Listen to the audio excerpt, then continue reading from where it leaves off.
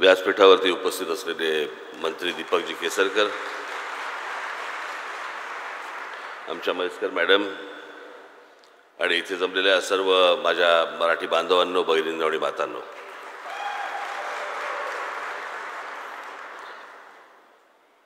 तीन दिवस हा कार्यक्रम आहे। या 3 दिवसामध्ये मराठी या विषयावरती अनेक लोक तुम्हाला येऊन तुमच्याशी बोलतील, अनेक विषय सुचवतील।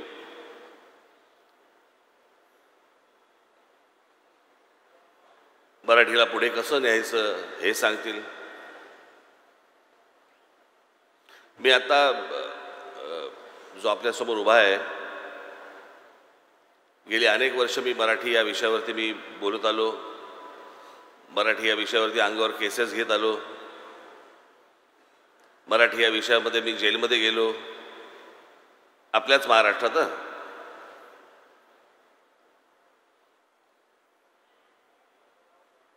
मी आता म्हैसकर मॅडमला तेच सांगत होतो, मी अत्यंत एक कडवट मराठी आहे।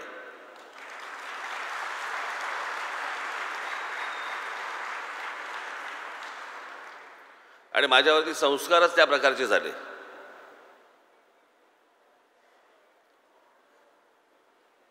मी आजोबांचे पुस्तक रूपातनं झाले, बाळासाहेबांचे माझ्या वडिलांचे झाले, महाराष्ट्रातल्या इतक्या अनेक बुजुर्ग लोकांचे झाले। आणि महाराष्ट्र ही काय ताकद आहे ही जशी जशी मला समजत गेली तसा मी जास्तीत जास्त त्याच्या प्रेमात पडायला लागलो। मला आता जून महिन्यामध्ये मला अमेरिकेला बृहन महाराष्ट्र मंडळ अमेरिका यांनी मला आमंत्रित केलेलं आहे।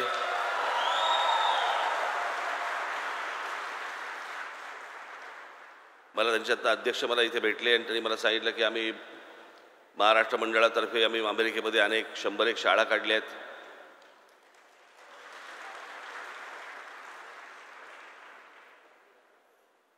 महाराष्ट्रातल्या मराठी शाळा बंद होत असताना अमेरिकेमध्ये मराठी शाळा सुरू होत आहेत, हे काही कमी आहे का?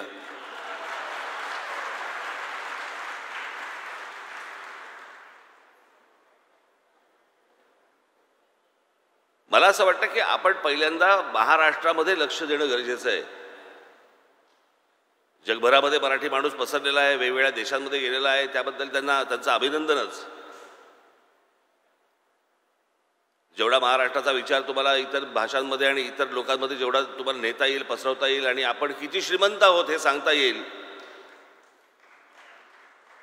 हे कमीच। परंतु महाराष्ट्रामध्ये, महाराष्ट्राच्या शहरांमध्ये आज मराठी सोडून ज्या वेळेला मला कानावरती हिंदी ज्या वेळेला यायला लागते त्यावेळेला त्रास व्हायला लागतो। भाषेला विरोध नाही, भाषा उत्तम, पण हिंदी ही आमची राष्ट्रभाषा नव्हे। जशी मराठी भाषा आहे, जशी तमिळ भाषा आहे, जशी गुजराती भाषा आहे, जशी तेलुगू भाषा आहे, जशी इतर भाषा आहे, तशी हिंदी ही एक भाषा आहे। या देशामध्ये राष्ट्रभाषेचा कधी निवाडा झालाच नाही।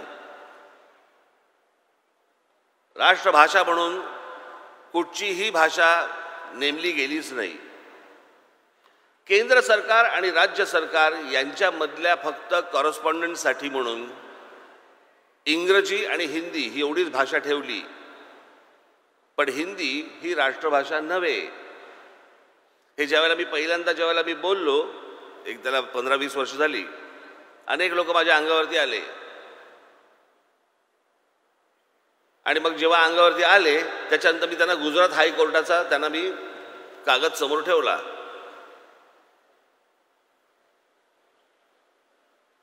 आजही तुम्ही जर समजा गुगलवरती गेलात तर तुमच्या लक्षात येईल हिंदी ही आपली राष्ट्रभाषा नव्हे। भाषा उत्तम असली तरी आमच्यावरती हिंदी चित्रपटांचे संस्कार झाले, हिंदी चित्रपटामधून आमच्या अंगावरती हिंदी आली, पण आपण बोलण्यामध्ये हिंदी का वापरतात आपले मराठी लोक? इतकी उत्तम मराठी भाषा आहे। खरं तर मराठी भाषेमध्ये जो विनोद होतो तो मला नाही वाटत दुसऱ्या कुठच्या भाषेमध्ये होत असेल। इतकी समृद्ध भाषा आज ही जी भाषा आहे ही घालवण्याचा, बाजूला सारण्याचा ज्या प्रकारचा राजकीय प्रयत्न ज्या प्रकारे होतोय ते बघून माझी तळपायची आग मस्तकात जाते. माझी दीपकजींना माझी विनंती आहे की महाराष्ट्रामधल्या जेवढ्या शाळा आहेत मराठी शाळा सोडून, ते काय ते नवीन लचांड आले ना, CBSE BBSE काय काय काय काय काय काय गोष्टी आल्यात नवीन, याच्या पहिलीपासून 10वी पर्यंत पहिली मराठी कंपल्सरी करा तुम्ही.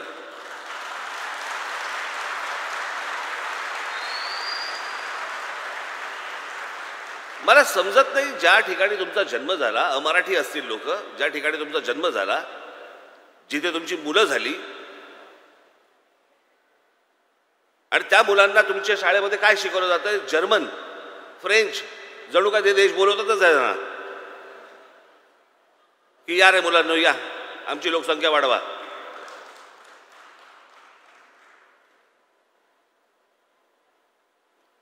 जर्मन शिकायचे जर्मन शिका, फ्रेंच शिकायचे फ्रेंच शिका, चायनीज शिकायचे चायनीज शिका, खूप भाषा शिका, पण जिथे राहताय तिथली स्थानिक मातृभाषा तर शिका पहिली.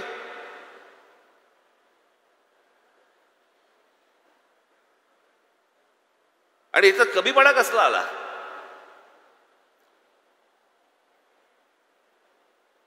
मराठीबद्दल बोलल्यानंतर तुम्ही लगेच कोणतरी म्हणणार की हे संकुचित आहेत. कशासाठी संकुचितपणा? या देशाच्या पंतप्रधानांना जर समजा त्यांच्या भाषेबद्दल वाटतं, त्यांच्या राज्याबद्दल वाटतं,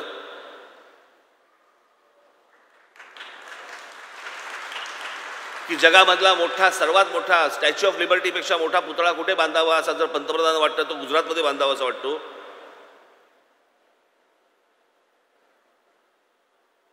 कुठची सिटी आता बांधताय ते? स्मार्ट काय नाही, कुठची city? Gift city. Gift city जर आमच्या पंतप्रधानांना समजा असं वाटत आहे की बाबा ती गुजरातमध्ये बांधावी, महाराष्ट्रात नको, तामिळनाडूमध्ये नको, बंगालमध्ये नको, अजून कुठे नको,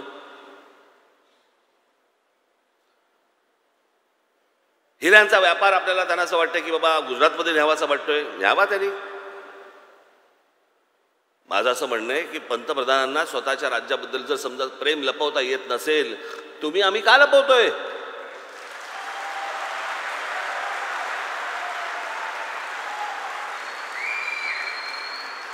अनेकांना वाटू शकतं की बघितलं राज ठाकरेंनी पंतप्रधानांवरती टीका केली. टीका नाहीये. जो मूळ माणूस आतला आहे त्याला प्रत्येकाला आपल्या राज्याबद्दल, आपल्या माणसांबद्दल, आपल्या भाषेबद्दल प्रेम आहे. तुम्ही का लपवताय?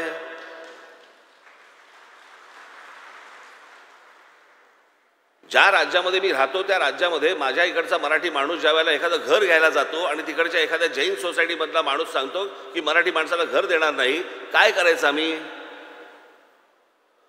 तामिळनाडूमध्ये करून दाखवा, पश्चिम बंगालमध्ये करून दाखवा, असं गुजरातमध्ये करून दाखवा, आसाममध्ये करून दाखवा, आंध्र प्रदेशमध्ये करून दाखवा, केरळामध्ये करून दाखवा की तिकडच्या स्थानिक माणसाला घर दिलं जात नाही, पैसे असून सुद्धा. हे महाराष्ट्रात का होतं? कारण आमचं बोटचेपे धोरण. आम्हीच पहिले मागे हटतो. बाबा नसेल जागा त्याच्याकडे, आता काय करणार? जाऊन दे, सोडून दे, दुसरी बिल्डिंग बघणं कशासाठी? जागा असताना, परवडत असताना कोणाला वाटतं, कोण म्हणतं की मराठी माणसाकडे पैसे नाही आहेत?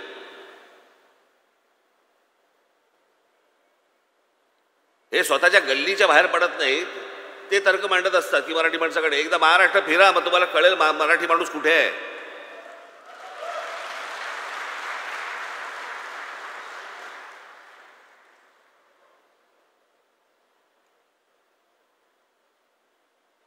मी आज एवढंच सांगायला आलो की पहिलं आपण महाराष्ट्राकडे लक्ष देऊ. आज अनेक जण परदेशामधून इथे आलेले आहेत. आपलं सगळ्यांचं स्वागत.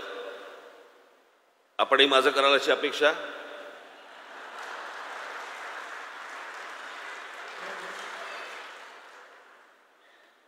पण मला असं वाटतं महाराष्ट्रामध्ये सर्वात जास्त लक्ष देणं गरजेचं आहे. आज आपण एक भाषा भवन बांधतात.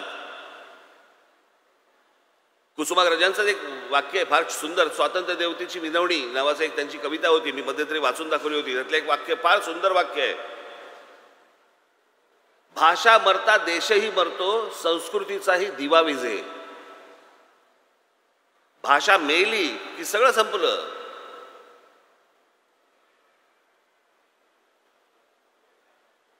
तुमची ज्यावेळेला ओळख होते त्यावेळेला तुमची ओळख कोण होते, तुमची ओळख म्हणून कोण होते, कोण आहात तुम्ही. तुम्ही सांगता की बाबा मी महाराष्ट्राचा नागरिक आहे, माझी मराठी भाषा आहे. मराठी भाषा ही तुमची ओळख आहे, महाराष्ट्र ही तुमची ओळख आहे. ती ओळख आपण पुसून टाकतो. म्हणजे जर समजा तुम्ही युरोपमध्ये जर समजा गेलात, आज युरोपमधल्या देशांमध्ये जर समजा गेलात, महाराष्ट्राची लोकसंख्या पाहता, मराठी बोलणारी लोकसंख्या पाहता,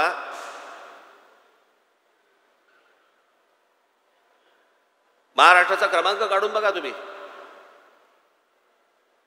युरोपमधल्या कोणत्याही देशापेक्षा जास्ती होतो आपण. प्रत्येक राज्य, प्रत्येक देश ही आपली भाषा जपत असतो, आपली माणसं जपत असतो. आज देशामधल्या भारताच्या देशामध्ये प्रत्येक राज्य आपापली माणसं जपतात, आपली लोक जपतात, आपली भाषा जपतात. जा बंगालमध्ये बघा हिंदी बोलतात का, जा तामिळनाडूमध्ये बघा तुमच्याशी हिंदी बोलतात का, जा आंध्र प्रदेशमध्ये बघा तुमच्याशी दुसऱ्या भाषेत बोलतात का. आम्ही काय गोट्या आहोत का घरंगळत जायला सारखे.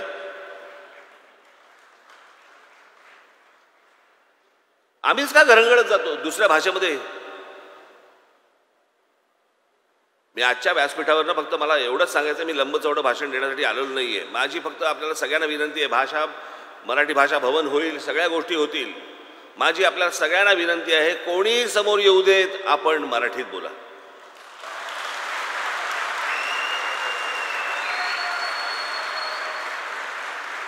आपण समोरच्याला सवय लावा, तो स्वतःहून मराठीत बोलेल.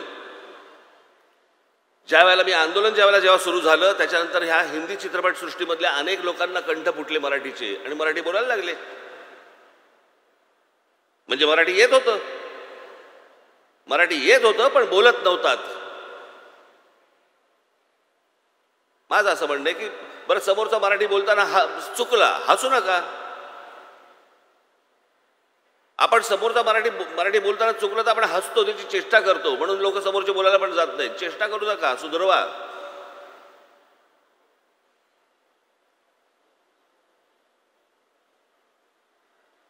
आज दीपकजींना माझी विनंती आहे की काय आजचं माईक समोर आल्यानंतर थोडंसं मला राजकारण बाजूला ठेवायला लागतात, काही गोष्टी बाजूला ठेवून बोलावं लागतं. त्यात सरकारचा कार्यक्रम आहे म्हटल्यानंतर अजून काही अजून गोष्टी बाजूला ठेवायला लागतात. हो, आपण एखाद्या पाहुण्याच्या घरी जावं आणि त्याचा उद्धार करावा, कशासाठी करायचं.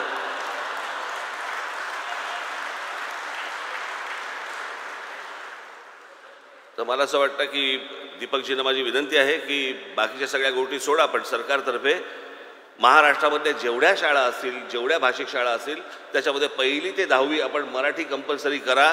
एवढे फक्त मराठीवरती शासनाने उपकार करावे, बाकी आम्ही सगळं बघून घ्यायला तयार आहोत.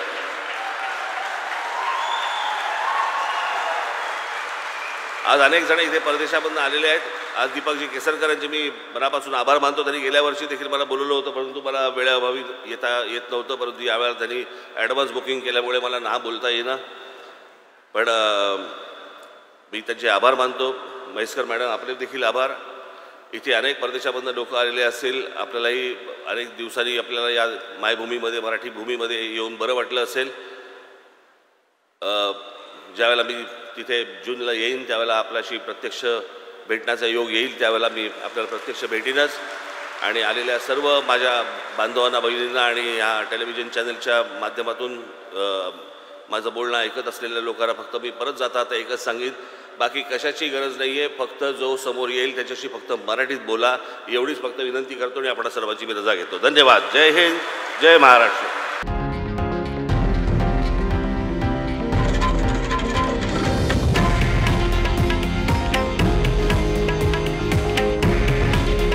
हे आहे देशातील नंबर 1 न्यूज नेटवर्क आणि आपण पाहत आहात TV9 मराठी.